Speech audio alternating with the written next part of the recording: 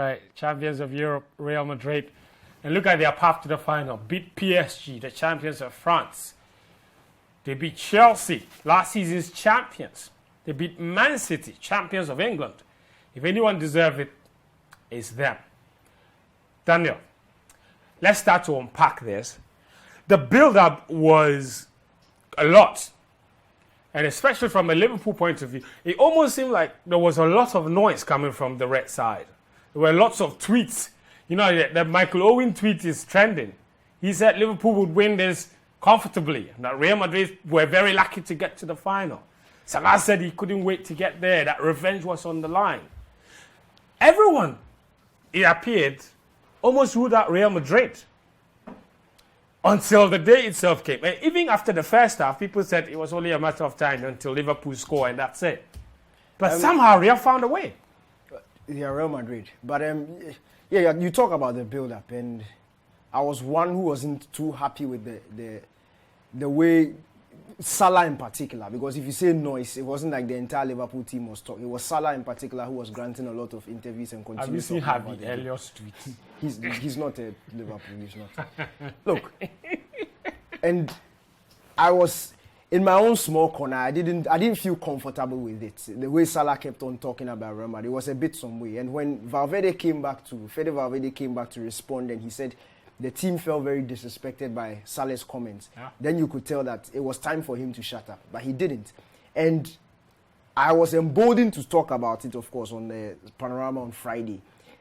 After I watched the pre-match press conference, when Salah was sitting with Henderson, and the journalist posed the question to Henderson, asking him if the entire team felt the way Salah was speaking on the back of Salah's comments. And then Henderson says that they've made a lot of jokes about it, but he doesn't think that Salah meant it that way. That what he thinks Salah was saying was the entire team is motivated to win every trophy. They were motivated to win the FA Cup, the League, the Carabao Cup, and they are sticking that same motivation into the Champions League final. Then he turns to Salah and he says, and then Salah says the same thing that he said, that yes, it's revenge because it's 2018, what happened, he's been thinking about it. And if you saw the look that Henderson gave, it was like, I've tried my best to try and defuse this situation. Proper PR, and you are going back on this tangent. So, for me, from when I looked at that particular interaction, the pre-match press conference, it's like Salah was on his own. And for me, it was also a bit annoying because he's hardly ever had a good final.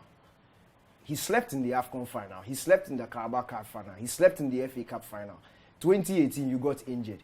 The 2019, by the penalty, he literally slept the entire game.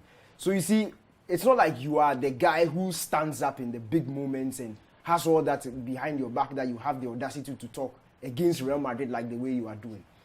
When you are going to a game, look, everybody who goes into a Champions League final against Real Madrid is the underdog. So I felt a bit of respect should have been given to Madrid, but it seemed like they were being written off. And it was quite funny because you talk about luck, and on hindsight, I think this is the most efficient Champions League win I've seen.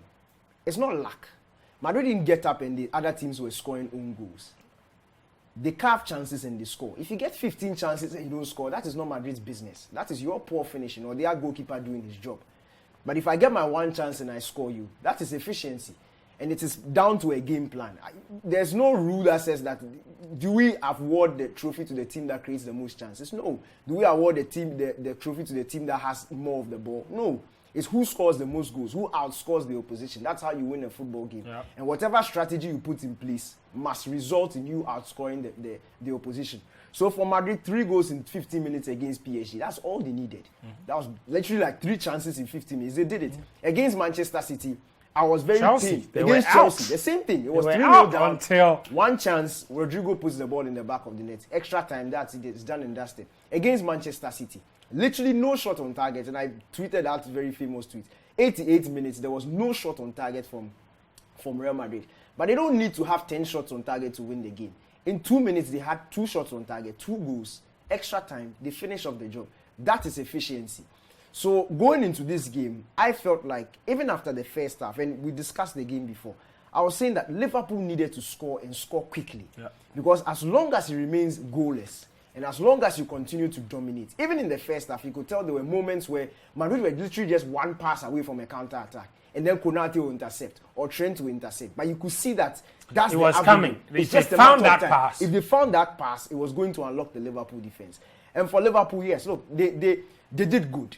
They did good, but the finishing was lacking. And that's also down to the... Look, I have never in my life seen a goalkeeping performance this good, especially at this stage. In the final. At this stage, exactly, in a final. This was just brilliant. Yeah. Because they were about 3 world-class saves. These are saves that... If you finish a season, you are looking like the save of the season. Courtois' 3 saves in this game could easily be listed as 1, 2, 3 as the best. The Mane one in the first half where he tipped it to hit the bar. Good one. And the late in the second half when the one Salah controlled nicely, hit with his right foot, point blank range. That is brilliant. So for me, hats off to Real Madrid. As you said, if anybody deserved this, you can't beat Chelsea, PSG, and Manchester City and get to a final and lose. So they deserved it. Kudos to them, 14 and counting.